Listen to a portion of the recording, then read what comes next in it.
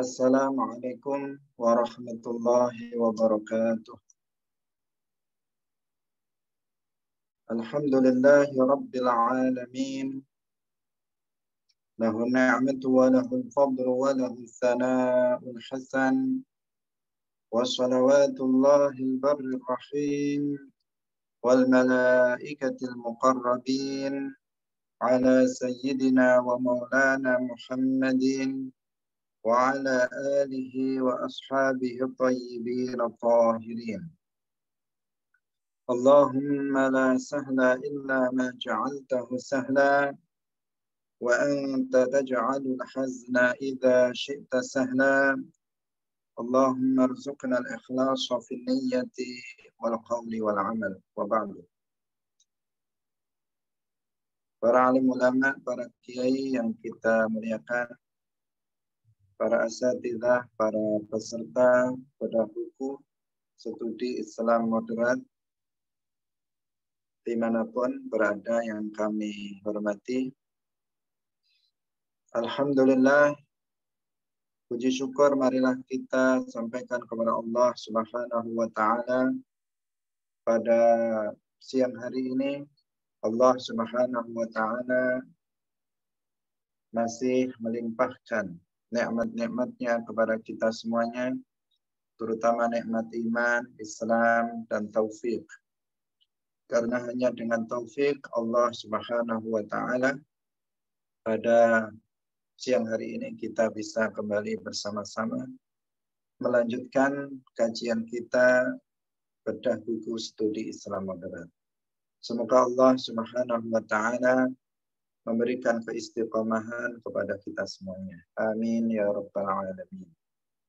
Salawat dan salam semoga tetap terlimpahkan kepada junjungan kita Nabi Agung Nabi Muhammad sallallahu alaihi wasallam, para sahabatnya, keluarganya, serta seluruh umat Islam yang mengikuti beliau ila yaumil qiyamah.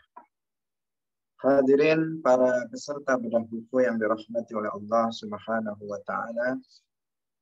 Mari kita memulai kajian kita pada siang hari ini dengan mengikhlaskan niat kita masing-masing bahwa kita hadir dalam majelis ini adalah semata-mata untuk mencari ridha Allah Subhanahu wa Ta'ala.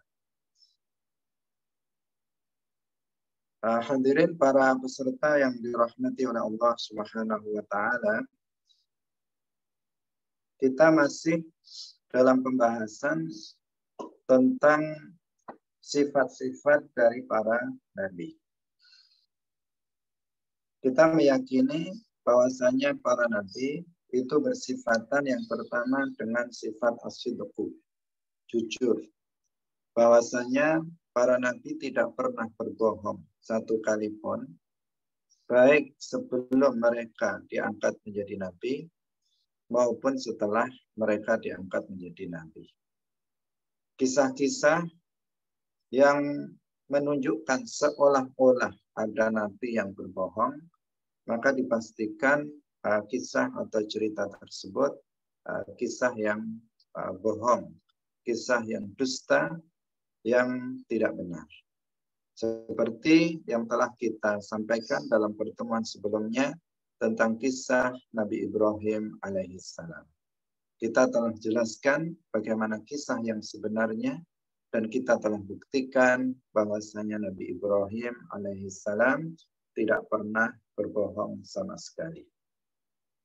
Kemudian sifat wajib bagi para nabi yang kedua adalah sifat al-amanah, terpercaya. Seluruh para nabi, mulai dari nabi yang pertama, Nabi Adam alaihissalam, sampai dengan nabi yang terakhir, yaitu Nabi Muhammad sallallahu alaihi wasallam, semuanya itu umana, semuanya adalah orang-orang yang terpercaya. Tidak ada seorang pun di antara mereka yang pernah berkhianat. Baik berkhianat kepada Allah Subhanahu wa Ta'ala maupun berkhianat kepada sesama manusia. Para nabi tidak ada yang pernah berkhianat kepada Allah Subhanahu wa Ta'ala. Mereka terpercaya, mereka menyampaikan apa yang diamanahkan oleh Allah Subhanahu wa taala untuk disampaikan kepada umatnya sesuai dengan apa yang telah diamanahkan kepada mereka. Mereka menyampaikan sesuatu yang haram disampaikan haram, sesuatu yang halal disampaikan halal. Tidak ada seorang pun nabi yang pernah menghalalkan sesuatu yang haram atau mengharamkan sesuatu yang halal. Jika telah ditetapkan oleh Allah agar ini disampaikan bahwa perkataan atau perbuatan ini haram, maka Nabi akan menyampaikan itu kepada umatnya bahwa hukumnya haram. Tidak akan berkhianat dengan mengatakan bahwa itu halal. Demikian juga apabila dari Allah Subhanahu wa taala diperintahkan bahwa perbuatan dan perkataan ini hukumnya halal, maka Nabi akan menyampaikannya kepada umatnya bahwa itu halal. Tidak ada yang berkhianat kepada Allah sehingga kemudian mereka mengatakan bahwa itu adalah hukumnya haram. Nah, sedangkan firman Allah Subhanahu wa taala, ya ayyuhan nabiyyu lima tuharrimu ma ahallallah. Sebagian orang yang tidak memahami ayat ini kemudian mengatakan bahwa Nabi Muhammad itu pernah mengharamkan sesuatu yang halal sehingga ditegur oleh Allah Subhanahu wa taala. Pemahaman ini pemahaman yang tidak tepat. Para ulama tafsir telah menjelaskan bahwa lima tuharrim dalam ayat ini artinya adalah lima tamna'u. Ya ayyuhan nabiyyu lima tuharrimu, artinya ya ayyuhan nabiyyu lima tamna'u ma ahallallah.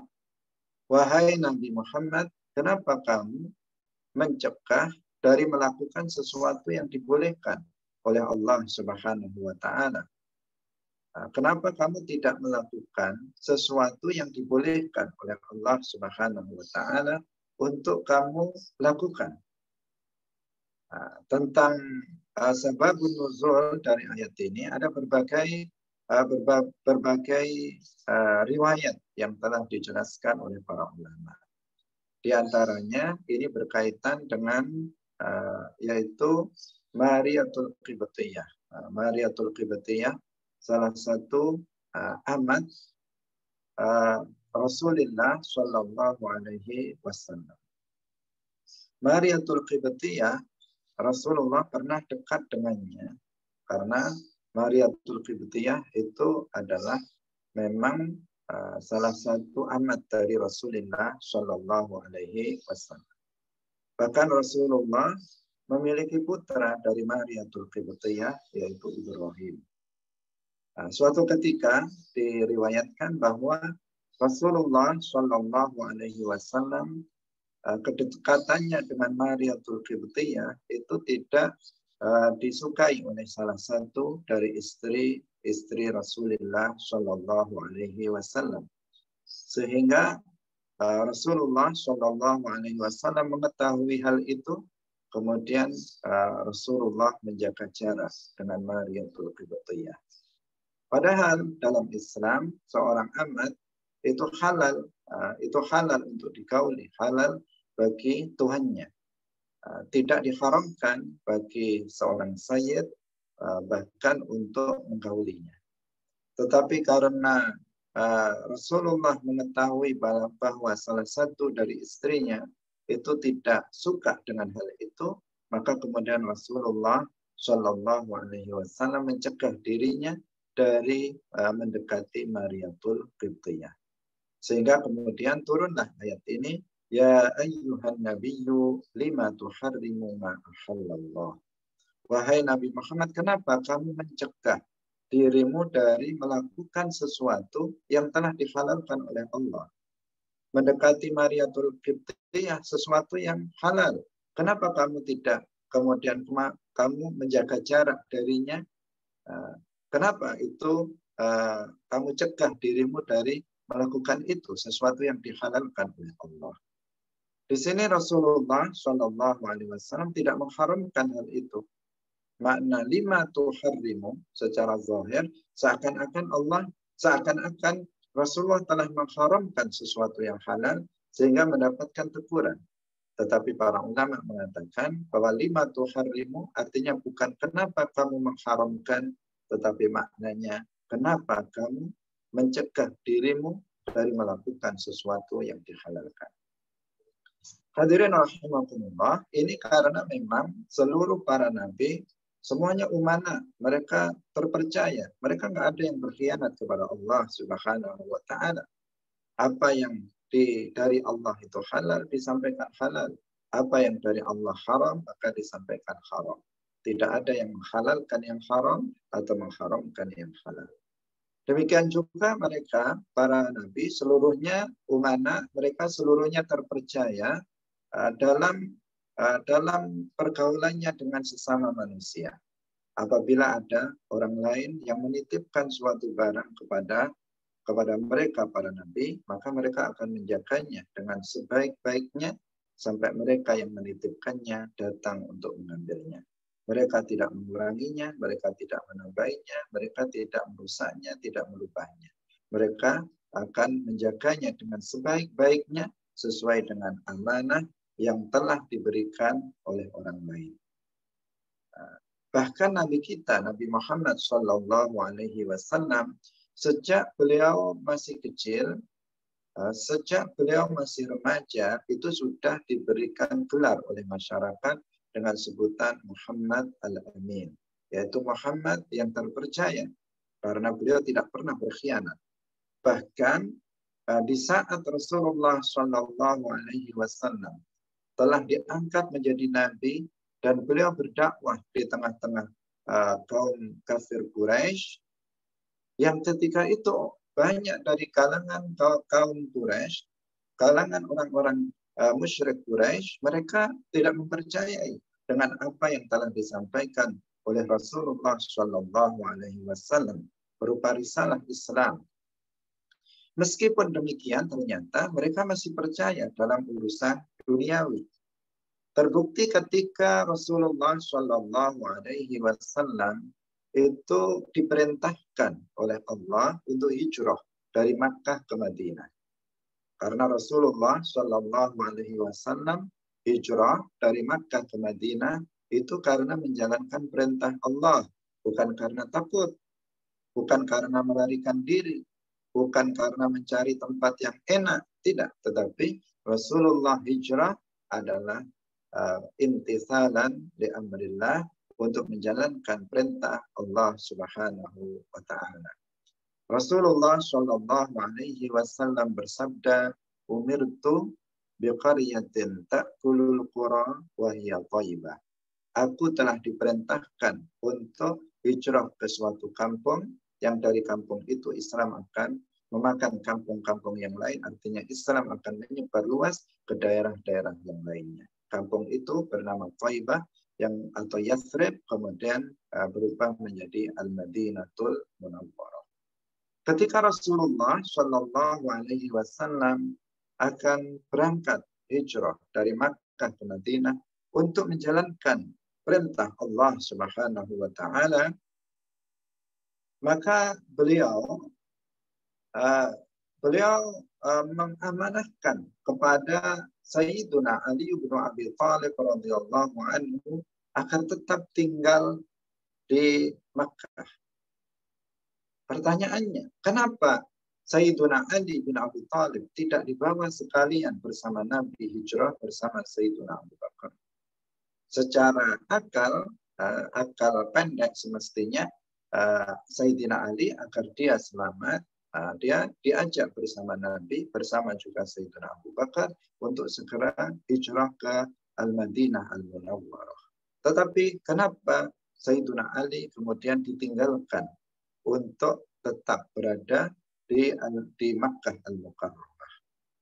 Ternyata hadirin rahimakumullah, Sayyidina Ali ibn Abi Thalib radhiyallahu anhu diberikan tugas diberikan amanah oleh Rasulullah Shallallahu Alaihi Wasallam agar beliau memberikan amanah titipan-titipan berupa harta benda dari orang-orang masyarakat Arab, masyarakat Makkah ketika itu yang menitipkan barang-barangnya, yang mengamanahkan barang harta bendanya kepada Rasulullah Shallallahu Alaihi Wasallam. Ternyata banyak harta benda orang-orang masyarakat Makkah ketika itu yang diamanahkan untuk dijaga oleh Rasulullah Shallallahu Alaihi Wasallam. Karena itu Nabi ingin mengembalikan itu semuanya sebelum beliau meninggalkan Makkah dan menuju Madinah. Maka Sayyiduna Ali bin Abi Thalib yang ditugaskan untuk menyampaikan amanah itu kepada para pemiliknya. Ini menggambarkan betapa bangsa Arab, orang-orang Arab, orang-orang masyarakat Makkah ketika itu, meskipun di satu sisi mereka tidak membenarkan risalah Nabi Muhammad SAW karena mereka tidak mendapatkan hidayah Allah, ternyata mereka dalam urusan duniawi mereka percaya terhadap Rasulullah SAW dan menganggap bahwa Nabi Muhammad SAW itu adalah seorang yang amin, seorang yang terpercaya, dan memang belum pernah mereka melihat Rasulullah SAW berkhianat dalam pergaulan dengan mereka sehari-hari. Hadirin yang dirahmati oleh Allah Subhanahu wa Ta'ala. Kemudian yang berikutnya, sifat wajib bagi Allah, bagi para nabi, yang ketiga adalah al-fatanah, yaitu cerdas. Seluruh para nabi, mereka semuanya cerdas. Nggak ada seorang nabi yang bebal otaknya. Tidak ada seorang nabi yang dungu. Tidak ada seorang nabi yang pemahamannya lemah. Tidak ada nabi yang baru memahami perkataan orang lain setelah diulang-ulang. Seorang nabi seluruhnya cerdas ketika mereka mendengar perkataan orang lain, maka seorang nabi langsung bisa memahaminya. Seorang nabi, mereka seluruhnya futana, seluruhnya cerdas. Tidak ada seorang nabi pun yang kalah dalam berhujjah. Di hadapan orang-orang kafir yang menentangnya. Tentu saja seorang nabi akan banyak orang yang menentangnya dalam berdakwah. Orang-orang yang menentangnya dari kalangan orang-orang kafir tersebut, mereka tentu saja mengemukakan argumentasi. Mereka menyampaikan dalil-dalil, termasuk dalil-dalil akliyah untuk membantah para nabi tersebut. Tetapi nggak ada seorang pun nabi yang pernah kalah di dalam berhujjah. Ini adalah sesuatu yang kita yakini termasuk sifat wajib bagi para nabi, yaitu fatonah. Contohnya adalah yang terjadi pada Nabi Ibrahim alaihissalam. Nabi Ibrahim alaihissalam pernah berdakwah kepada Raja Numrud, raja yang kafir, zalim. Kemudian Nabi Ibrahim alaihissalam menyerukan kepada Namrud agar menyembah Allah Subhanahu wa Ta'ala yang maha menghidupkan dan maha mematikan. Jadi Nabi Ibrahim alaihissalam menyeru kepada Namrud akan hanya beribadah kepada Allah Subhanahu wa Ta'ala, zat yang maha menghidupkan dan zat yang maha mematikan. Di saat seperti itu, Namrud laknatullah alaih kemudian membantah Nabi Ibrahim alaihissalam. Dia mengeluarkan 2 orang dari penjara. Kemudian yang satu dibunuh oleh Namrud, dibunuh. Seketika itu orang tersebut mati. Kemudian yang satu dilepaskan oleh Namrud. Namrud mengatakan, lihatlah wahai Ibrahim, bukan hanya Tuhan kamu yang bisa menghidupkan dan mematikan. Saya juga bisa menghidupkan dan mematikan. Ini lihat, yang satu dibunuh, mati, dan yang satu dilepaskan, tetap hidup. Saya juga bisa menghidupkan dan mematikan. Kemudian Nabi Ibrahim alaihissalam mendengar hujjah yang seperti ini, Nabi Ibrahim tidak kebingungan. Nabi Ibrahim tidak kemudian terdiam, tetapi Nabi Ibrahim alaihissalam langsung mengatakan innallaha ya'ti bisyamsi minal masyriq fa'ti biha minal maghrib fabuhital ladzi kafar. Nabi Ibrahim mengatakan sesungguhnya Allah Subhanahu wa taala telah menerbitkan matahari dari ufuk timur. Sekarang kamu terbitkan matahari itu dari arah barat. Fabuhital ladzi kafar, maka terdiamlah orang yang kafir ini, membuat terdiam, tidak bisa menjawab hujjah dari Nabi Ibrahim alaihissalam. Ini menunjukkan betapa cerdasnya Nabi Ibrahim alaihissalam. Apabila kita yang menghadapi argumentasi semacam itu, tentu kita akan kebingungan bagaimana cara menjawabnya. Tetapi Nabi Ibrahim alaihissalam seorang yang fatin, seorang yang cerdas, sehingga secara langsung tanpa berpikir panjang, beliau langsung bisa membungkam hujjah atau argumentasi yang dikemukakan oleh Numrud yang kafir dan zalim. Hadirin yang dirahmati oleh Allah Subhanahu wa taala. Sedangkan sifat tabligh ini secara otomatis menjadi salah satu sifat para nabi sebagaimana yang sudah kita jelaskan di awal. Bahwa seluruh para nabi, apakah dia an-nabiyyur rasul, nabi yang sekaligus juga menjadi rasul, atau an-nabiyyu ghairur rasul, nabi yang bukan menjadi rasul, mereka semuanya sama-sama diutus untuk bertabligh, untuk berdakwah. Telah kita kemukakan dalil-dalilnya, baik itu dari Al-Quran, baik itu dari hadis, baik itu dari sisi bahasa dan juga argumentasi secara akal. Telah kita sampaikan bahwa seluruh para nabi mereka pasti bertabligh. Hanya saja perbedaannya bahwa an-nabiyyur rasul, nabi yang rasul, mereka mendakwahkan Islam dengan syariat yang baru. Sementara nabi yang bukan rasul, mereka mendakwahkan syariat seorang rasul yang ada pada masanya atau yang hidup sebelum masa beliau. Itulah yang dilakukan oleh nabi. Kana nabiyyu yub'atsu ila qaumihi wa bu'itsu ila nasi kafatan. Dahulu seorang nabi itu diutus kepada kaumnya secara khusus, sementara aku diutus untuk seluruh manusia. Hadirin para peserta pada buku yang dirahmati oleh Allah Subhanahu wa taala. Ada satu sifat yang sifat ini sering dimasukkan sebagai bagian dari sifat al-amanah, yaitu sifat al-ismah. Sifat al-ismah. Pada umumnya sifat ini tidak disebut secara khusus. Sehingga dikatakan bahwa sifat wajib bagi para nabi ada 4. Yaitu sifat as-sidqu, al-amanatu, al-fatanatu, at-tabligh. Tetapi ada satu sifat yang terkadang sebagian ulama menyebutkannya secara khusus karena pentingnya untuk dijelaskan.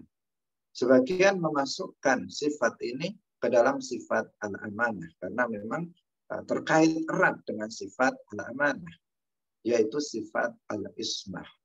Al-ismah artinya terjaga. Terjaga dari melakukan pertama dari kekufuran, kemudian dari dosa-dosa besar dan dosa kecil yang mengandung unsur kehinaan jiwa pelakunya. Karena kenapa dimasukkan, sebagian ulama memasukkannya kepada sifat al-amanah.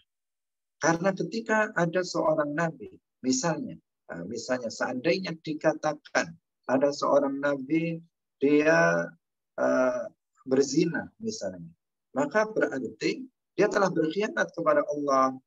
Karena Allah memerintahkan atau Allah melarang dia untuk berzina, kemudian dia berzina. Berarti dia tidak menjalankan amanah, berkhianat kepada Allah.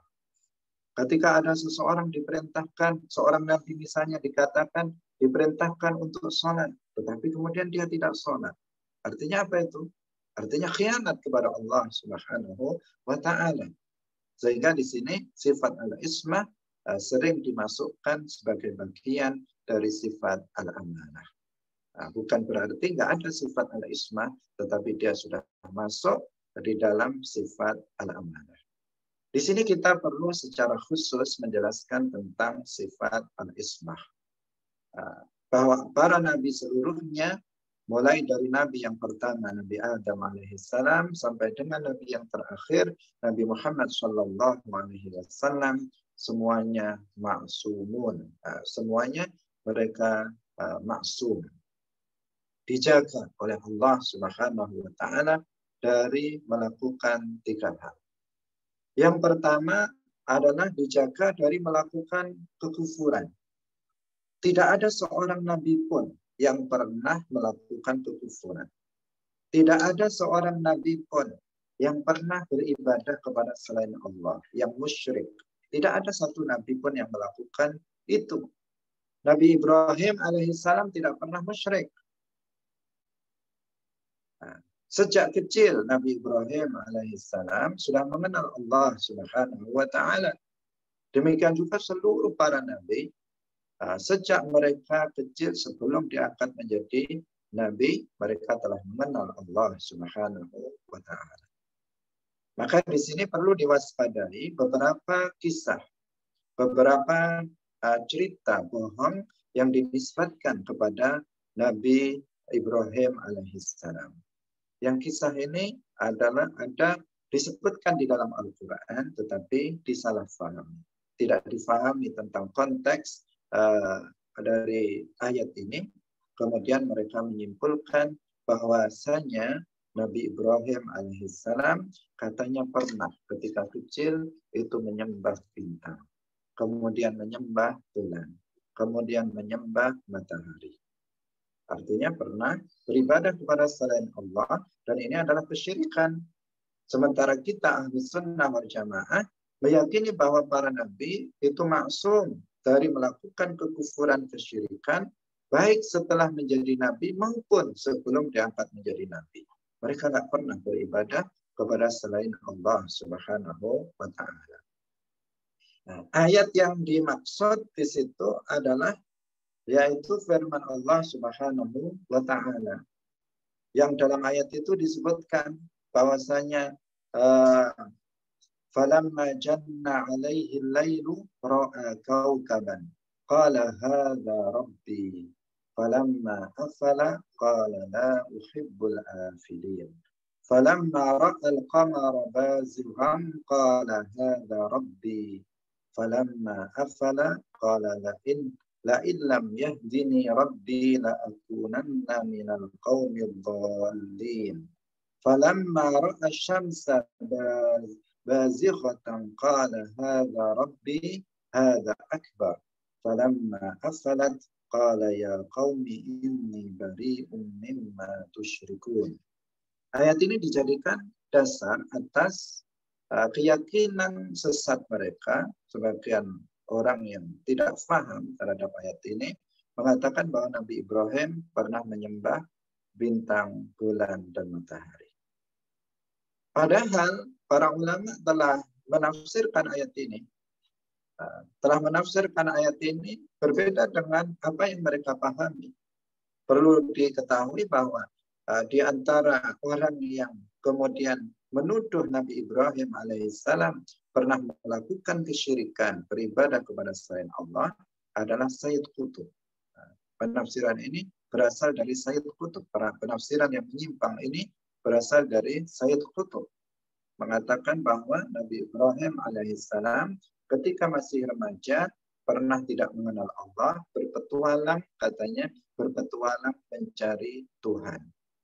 Kisah seperti ini jelas tidak benar. Lalu bagaimana penafsiran ayat yang sebenarnya? Hadirin para peserta bedah buku yang dirahmati oleh Allah Subhanahu wa taala. Konteks ayat ini adalah Nabi Ibrahim alaihissalam sedang berhujjah di hadapan umatnya. Perlu diketahui bahwa umat Nabi Ibrahim alaihissalam itu bermacam-macam. Di antara umat Nabi Ibrahim alaihissalam ada yang menyembah berhala. Di antara umat Nabi Ibrahim alaihissalam ada yang menyembah bulan. Di antara umat Nabi Ibrahim ada yang menyembah bintang dan juga ada yang menyembah matahari.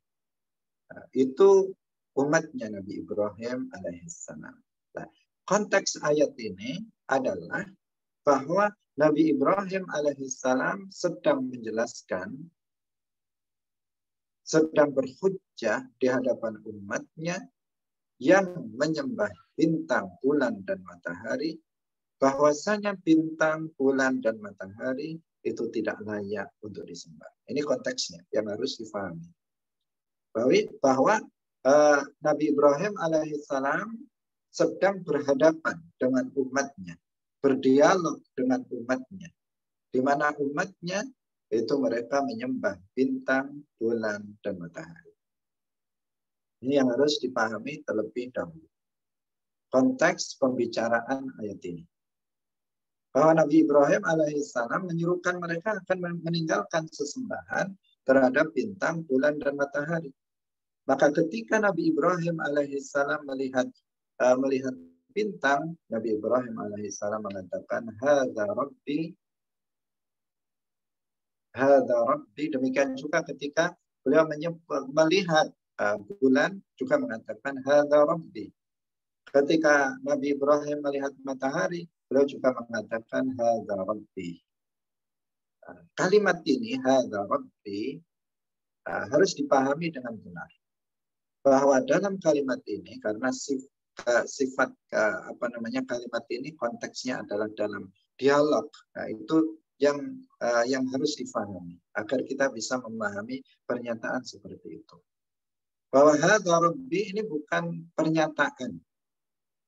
Bukan pernyataan kalimat positif mengatakan yang artinya ini adalah, yang dikatakan ini adalah Tuhanku. Bukan maknanya ini adalah Tuhanku. Bukan maknanya seperti itu. Tetapi di sini ada istifham inkari. Ada istifham inkari. Hadza Rabbi artinya ahadza Rabbi kama taz'umun. Nabi Ibrahim berhadapan dengan penyembah bintang. Nabi Ibrahim mengatakan hadza Rabbi, artinya ahadza Rabbi kama taz'umun. Apakah ini Tuhanku sebagaimana kalian sangka? Artinya hadza laisa Rabbi, ini bukanlah Tuhanku. Itu maknanya. Jadi hadza Rabbi artinya ini bukan Tuhanku. Itu maknanya. Karena di situ ada istifham inkari. Hadza Rabbi artinya hadza Rabbi kama tazumun. Apakah ini Tuhanku sebagaimana yang kalian sangka? Yang bisa berubah-ubah ini? Yang bisa berubah, muncul, kemudian hilang. Apakah ini Tuhanku seperti yang kalian sangka? Hadza laisa Rabbi, ini bukan Tuhanku. Demikian juga ketika itu diucapkan untuk matahari dan bulan, hadza Rabbi, di situ ada istifham inkari. Hadza Rabbi kama taz'umun, ay hadza laisa Rabbi. Dalam pembicaraan sehari-hari, hal yang seperti ini ada dalam pembicaraan sehari-hari. Bukan sesuatu yang bertentangan dengan kaidah-kaidah dalam bahasa Arab. Bahkan dalam bahasa Indonesia, hal yang semacam ini juga ada. Misalnya, ini agar kita bisa memahaminya sebagai pendekatan, sebagai takrib. Atau pendekatan agar kita mudah untuk memahaminya. Misalnya si A adalah anak yang sangat rajin dan jujur. Nah, si A adalah anak yang jujur, tidak pernah berbohong, tidak pernah melakukan sesuatu yang tidak benar. Dan semua orang tahu tentang hal itu. Si A, orang yang jujur, orang yang baik, anak yang soleh, tidak pernah melakukan hal-hal yang buruk. Kemudian si B ini adalah seorang yang pembohong dan suka melakukan perbuatan-perbuatan yang buruk. Hampir setiap berkata selalu ada bohongnya. Jarang untuk tidak bohong. Misalnya si B itu seperti itu sifatnya. Ini contoh ya, contoh. Kemudian si B itu datang kepada saya. Si B datang kepada saya. Memberikan berita atau informasi kepada saya. Si B yang pembohong, yang dikenal, semuanya sudah kenal bahwa dia adalah seorang pembohong, datang kepada saya mengadukan si A. Dia mengatakan, Ustadz, si A telah mengambil atau si A telah mencuri uang saya. Si B yang pembohong mengatakan bahwa si A yang jujur dan soleh mengatakan kepada saya, Ustadz, si A dia telah mencuri uang saya. Maka apa yang akan saya katakan? Saya akan mengatakan si A mencuri. Si A mencuri.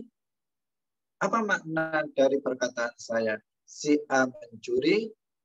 Artinya, apakah si A mencuri seperti yang kamu tuduhkan? Tidak mungkin. Dia orang yang baik. Artinya tidak mungkin. Ketika kita mengatakan dia mencuri, si A mencuri, artinya apa? Saya mengingkari. Si A nggak mungkin mencuri, itu maknanya. Hadza Rabbi, artinya nggak mungkin matahari, bulan, dan bintang yang berubah-ubah itu adalah Tuhanku. Karena sesuatu yang berubah itu membutuhkan kepada yang lain yang merubahnya dari satu keadaan ke keadaan yang lain. Itu maksudnya. Nah, insya Allah kita bisa memahaminya. Kita akan tahu makna ini setelah kita mengetahui konteks dari pembicaraan ayat tersebut dan para ulama telah menjelaskannya. Jadi dengan demikian nggak ada seorang nabi yang pernah musyrik beribadah kepada selain Allah. Tidak ada. Bahkan Nabi Ibrahim alaihissalam di dalam Al-Quran sudah disebutkan maka Ibrahim Yahudiyya wala Nasraniyya walakin kana hanifan muslima wa ma kana minal musyrikin. Dan Nabi Ibrahim tidak pernah menjadi orang yang musyrik. Maka kalau diartikan Nabi Ibrahim pernah musyrik, ayat-ayat tadi jelas bertentangan dengan ayat yang lain. Dalam ayat yang lain juga Allah Subhanahu wa taala berfirman, "Wa laqad atayna Ibrahim rusydahu min qabl."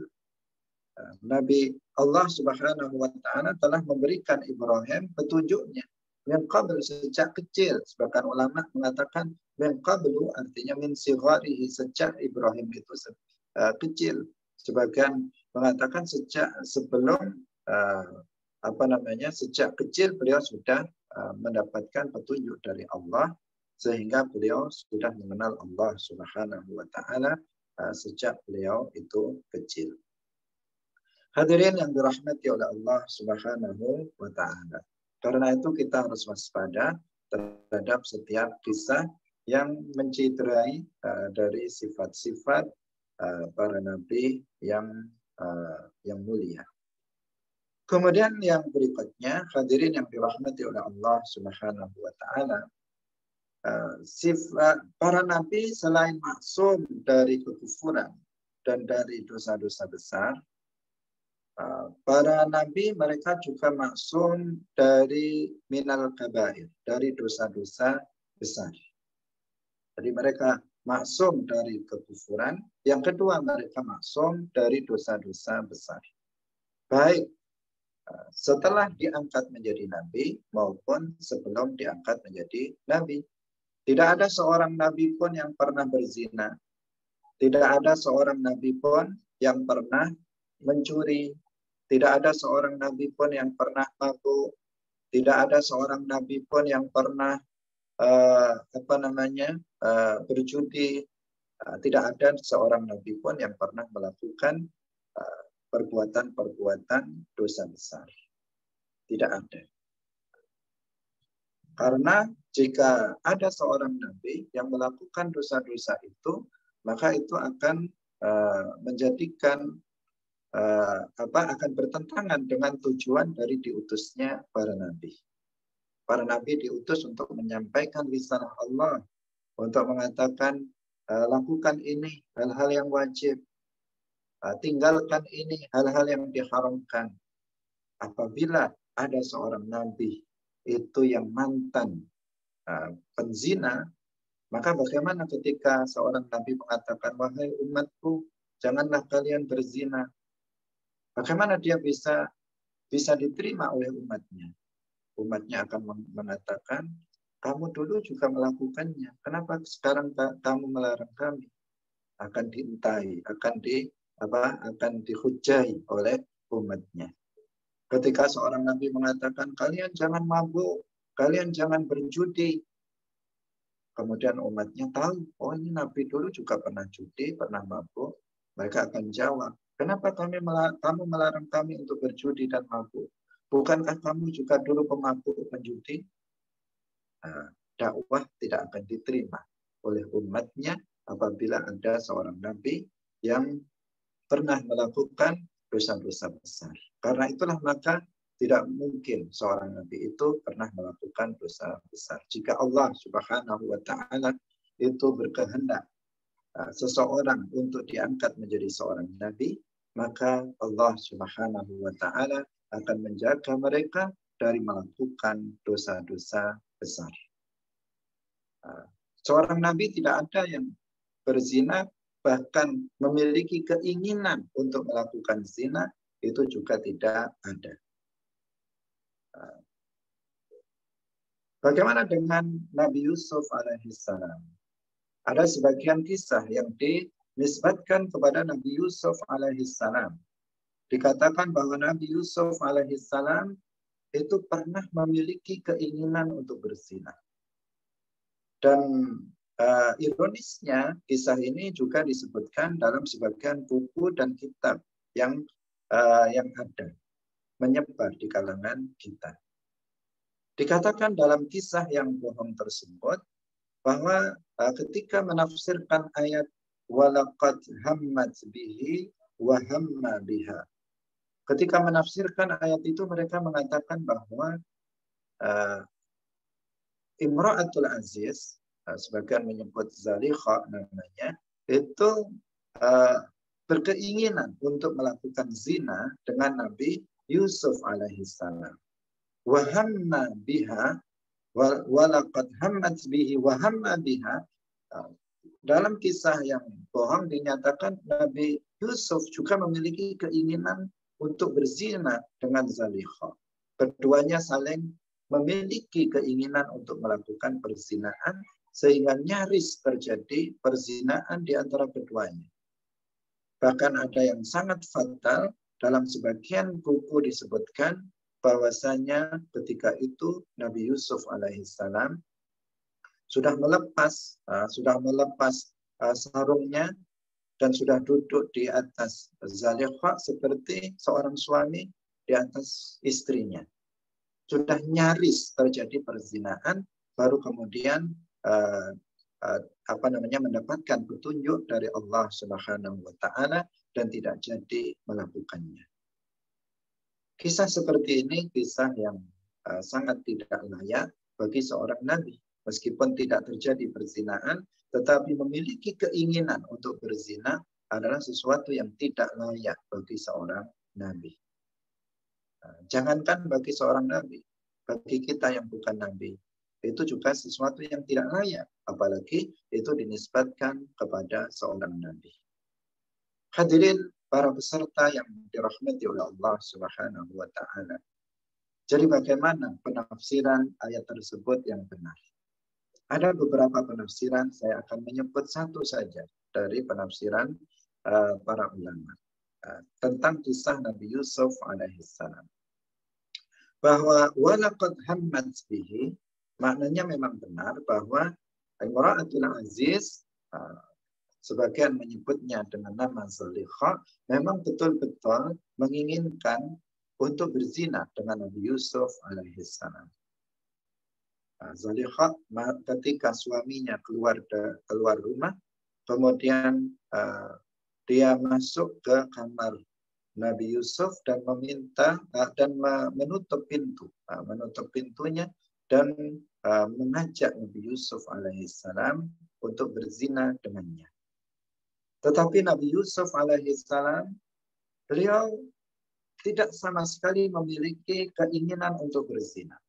Bahkan Nabi Yusuf alaihissalam itu menolaknya dari awal. Ketika Nabi Yusuf alaihissalam itu ketika Zalikha Imra'atul Aziz masuk ke dalam kamar Nabi Yusuf dan kemudian menutup pintu, Zalikha mengatakan, disebutkan dalam Al-Quran, waqalat haytalak.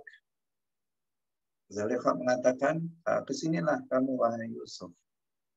Apa yang dikatakan oleh Nabi Yusuf ketika itu? Qala ma'adallah. Beliau berlindung kepada Allah Subhanahu wa Ta'ala dari perbuatan yang tercela. Dari awal Nabi Yusuf sudah menolak. Maka para ulama menafsirkan walaqad hammat bihi wa hamma biha. Wa hamma biha bukan artinya Nabi Yusuf memiliki keinginan untuk berzina, tetapi wa hamma biha artinya hamma bidaf'iha. Nabi Yusuf itu memiliki keinginan untuk mendorong Zulaikha atau Zalikha Imra'atul Aziz. Tetapi laula ra'a burhana rabbi, kalaulah seandainya beliau tidak melihat petunjuk Tuhannya. Beliau ingin mendorong Zalikha dari depan karena ingin menjauhkan Zalikha dari keinginannya berzina dengan beliau. Beliau ingin mendorongnya karena beliau sama sekali nggak punya keinginan untuk itu. Tetapi diperingatkan oleh Allah Subhanahu wa Ta'ala agar tidak didorong. Nah, sehingga Nabi Yusuf alaihissalam kemudian urung untuk mendorongnya atau tidak jadi beliau untuk mendorongnya. Nah, ketika beliau tidak jadi untuk mendorongnya, kemudian beliau pun berbalik arah. Berbalik arah dan lari menuju pintu. Disebutkan di dalam Al-Quran, fastabaqal baba wa qaddat qamisahu min duburin wa alfa ya sayyidaha ladal bab. Jadi Nabi Yusuf lari ke arah pintu, dikejar oleh Zalikha. Kemudian Zalikha memegang baju Nabi Yusuf bagian belakang dan sobeklah baju Nabi Yusuf bagian belakang. Ketika telah sampai di pintu, kemudian ternyata di depan pintu sudah ada suami Zalikha. Nah, di hadapan suaminya, Imra'atul Aziz ini, dia berakting seakan-akan dia tidak bersalah. Seakan-akan dia tidak bersalah. Dia menyatakan kepada suaminya bahwasanya Yusuf alaihissalam dialah yang akan memperkosa dirinya. Jadi memutarbalikkan fakta yang sebenarnya. Qalat disebutkan dalam Al-Quran, qalat ma jaza'u man arada bi ahlika su'an illa ayyusjana aw adzabun alim.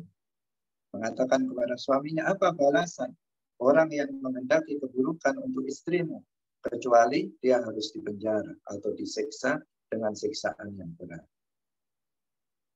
Nabi Yusuf alaihissalam kemudian membela diri karena Nabi Yusuf alaihissalam memang tidak melakukan itu. Qala hiya rawadatni an nafsi wa syahida syahidum min ahliha.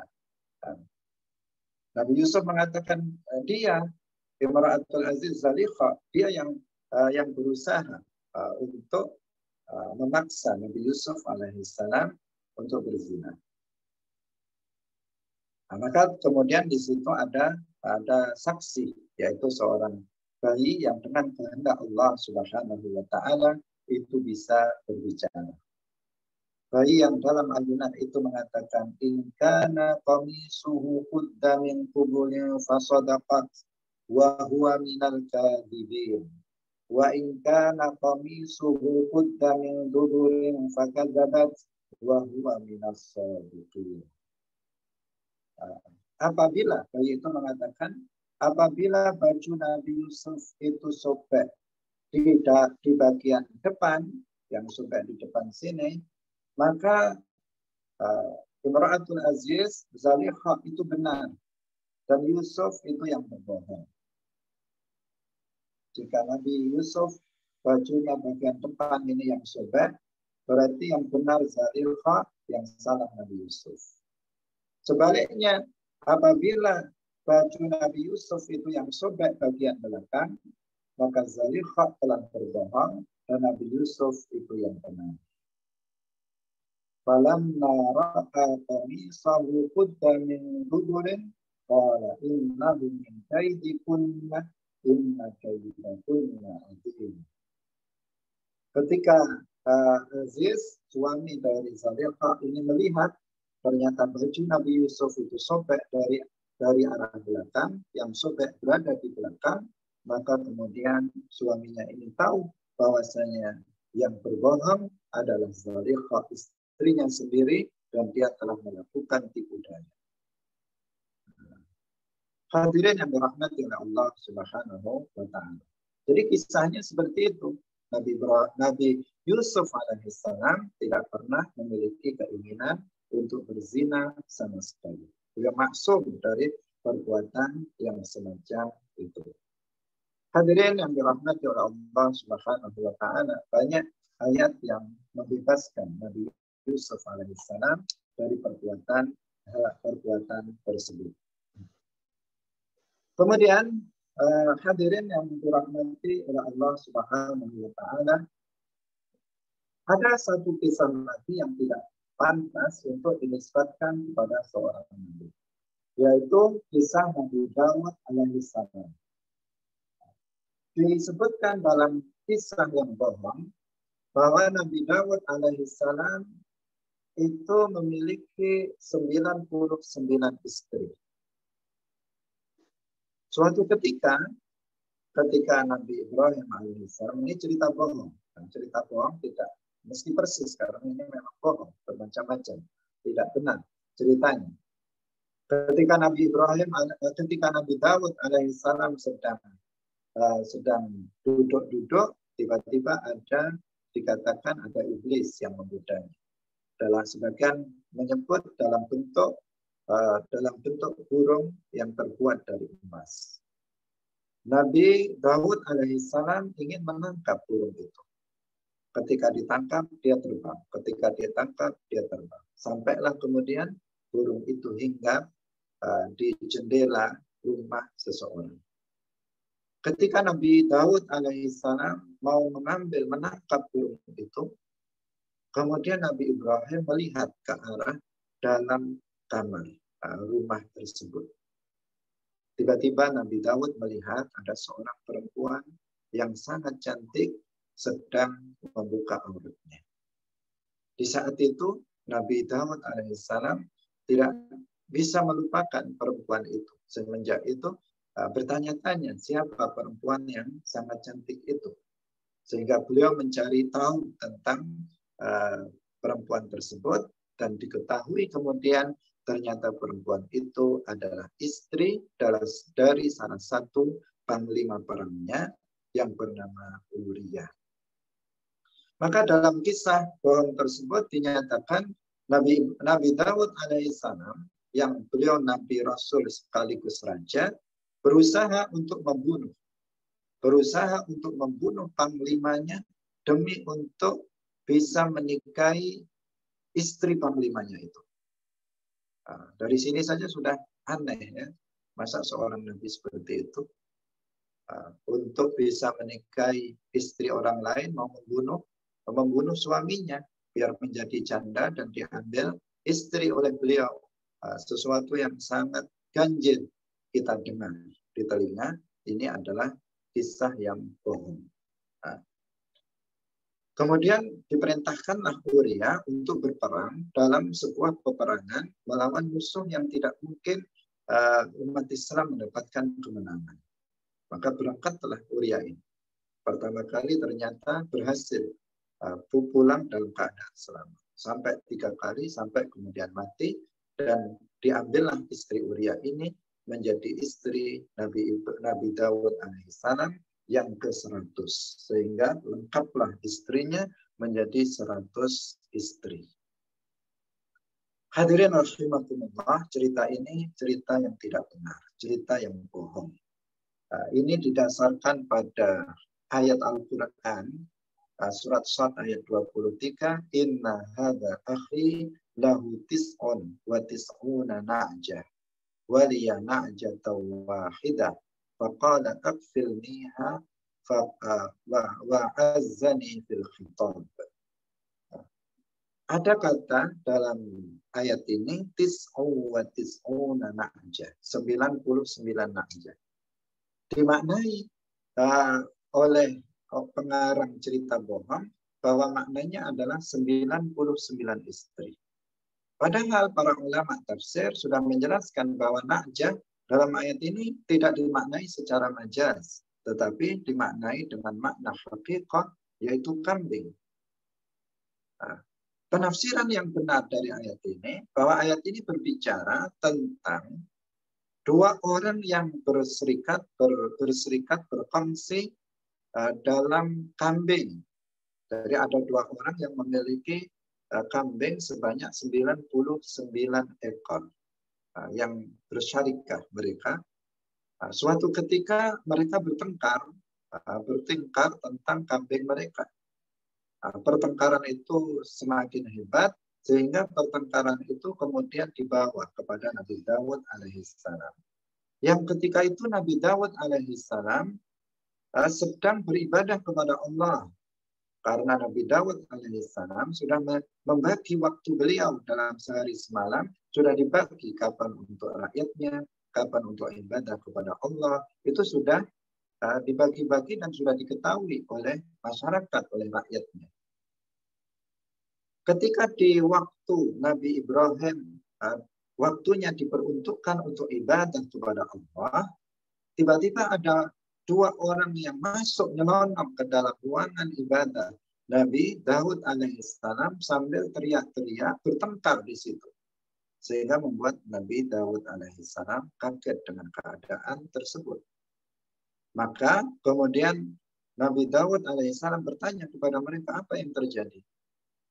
Ketika salah satu dari keduanya menceritakan tentang permasalahan yang mereka hadapi, Nabi Daud alaihissalam langsung memutuskan, karena kecerdasan seorang nabi, Nabi Daud sudah tahu mana yang benar dan mana yang salah di antara kedua orang itu, karena kecerdasannya.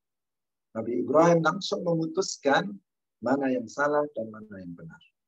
Karena Nabi Ibrahim ingin segera untuk beribadah kepada Allah, karena waktu itu bukan waktu untuk mengadili, menyelesaikan permasalahan rakyat. Maka Nabi Ibrahim segera memutuskannya dengan cepat, dengan bekal kecerdasan beliau. Di sini Nabi Daud alaihissalam mendapatkan teguran halus dari Allah Subhanahu wa taala, dan Nabi Daud beristighfar atas hal itu. Kenapa? Karena ada prosedur yang tidak tepat. Dalam memutuskan suatu permasalahan dalam pengadilan, maka seorang hakim dia harus mendengarkan dari kedua belah pihak.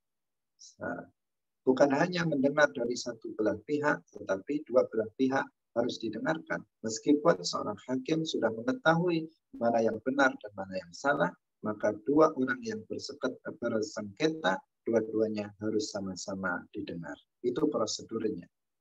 Tetapi itu tidak dilakukan oleh Nabi Daud alaihissalam, sehingga mendapatkan teguran halus, dan Nabi Daud kemudian beristighfar kepada Allah Subhanahu wa taala atas hal itu. Hadirin yang dirahmati oleh Allah Subhanahu wa taala, waktu telah habis. Mungkin ada satu atau dua pertanyaan, dipersilahkan. Kemudian yang terakhir yang ingin kita sampaikan juga, agar ini lengkap, semestinya masih perlu kita sambung, tetapi agar sudah lengkap, para nabi mereka juga maksum dari dosa kecil yang mengandung unsur kehinaan jiwa pelakunya. Sedangkan dosa kecil yang tidak mengandung unsur kehinaan jiwa pelakunya, maka itu mungkin saja dilakukan oleh para nabi. Seperti yang dilakukan oleh Nabi Adam alaihissalam. Disebutkan di dalam Al-Quran, wa asa Adamu rabbahu fahawa. Nabi Adam alaihissalam telah bermaksiat kepada Tuhannya. Maksiat apa? yaitu maksiat kecil, dosa kecil yang tidak mengandung unsur kehinaan jiwa pelakunya, beliau langsung bertaubat dan diterima taubatnya oleh Allah Subhanahu wa taala sebelum diikuti oleh umatnya. Karena demikian, saya kira tidak ada pertanyaan. Mungkin kurang lebihnya mohon maaf, yang sebesar-besarnya sudah lewat 2 menit. Kita baca tahlil dan sholawat. La ilaha illallah. Allahumma salli ala Sayyidina Muhammad wa ala alihi wa sahbihi wa sallim. Rabbi ghfirli wa liwalidayya wa lil mu'minina wal mu'minat. Barakallahu fikum. Assalamualaikum warahmatullahi wabarakatuh.